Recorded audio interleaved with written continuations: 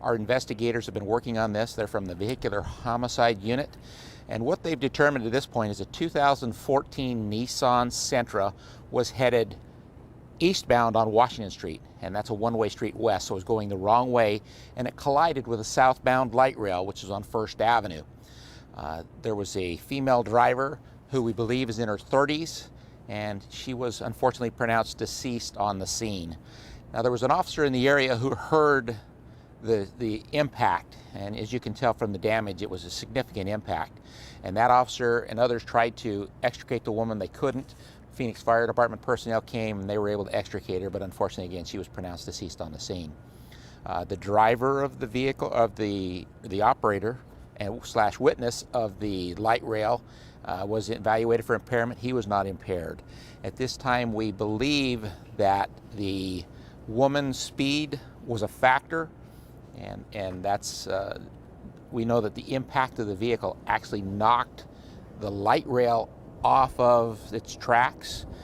We know that it's the impact, the collision, they struck a light pole in the area here on the southwest corner of Washington and First Avenue. Again, unfortunately, it's a fatality. I can tell you that the light rail system went into what they call a single track over on Central Avenue, where they used the track to go both directions. So it was not interrupted, and it is continuing to function at this time. Now, the traffic at this location is going to be closed down for quite a while as the crews from light rail go through the process of removing the train from the tracks, getting things back in order. But I can tell you it was a significant impact involving a wrong-way driver and the light rail. Do you believe that the wrong-way driver was impaired? You know, at this point, we don't know. That individual is deceased. So it'll take tests with toxicology to determine if that was a factor or was not. Was there anyone else in the car, any children? There was no one in the car.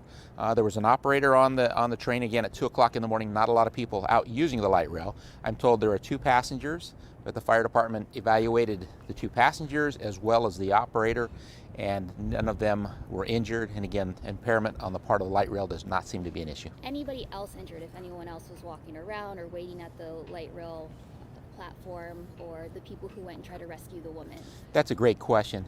Not that we have any information that anyone else was injured. And again, a valid question because there's a lot of damage in this intersection because of this collision.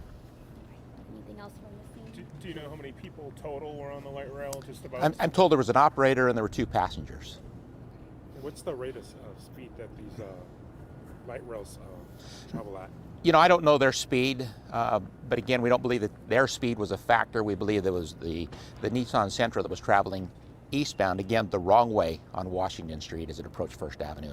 Was that car on the tracks at all, or was it driving on the tracks? The most accurate information I have at this time is that it was traveling eastbound when the collision occurred, that it was not on the tracks, that the collision occurred on the tracks when the 2 vehicles collided.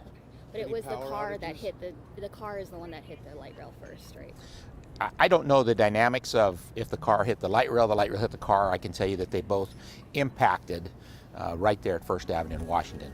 I don't know of any power outages in the area. I don't have any information, but again, the traffic southbound at First Avenue is going to be shut down. Actually, it shuts down at about Van Buren, and then from Washington will be shut down from about 3rd Street, 2nd Street, headed westbound on Washington because of this collision. And I'm led to believe that it's going to take quite a bunch of time.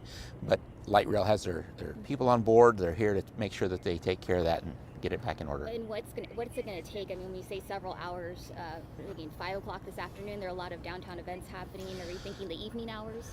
I don't know how long. I think that people should check, and if they can make route changes before they get here, it'll make it a lot easier for them. But I know these people are working diligently on this, and to say how they're going to remove it, I'm not a trained specialist. I'm told they might be bringing in some cranes and some other equipment because it is off the tracks. This collision was significant enough that it knocked the light rail train off the tracks. And then do you guys check the surveillance video around? I mean, there's so many cameras around here. We will, as our evidence gathering process continues, and this is very much an ongoing investigation, even though we already know it's a fatality, but it'll involve gathering evidence, which could include video of this collision.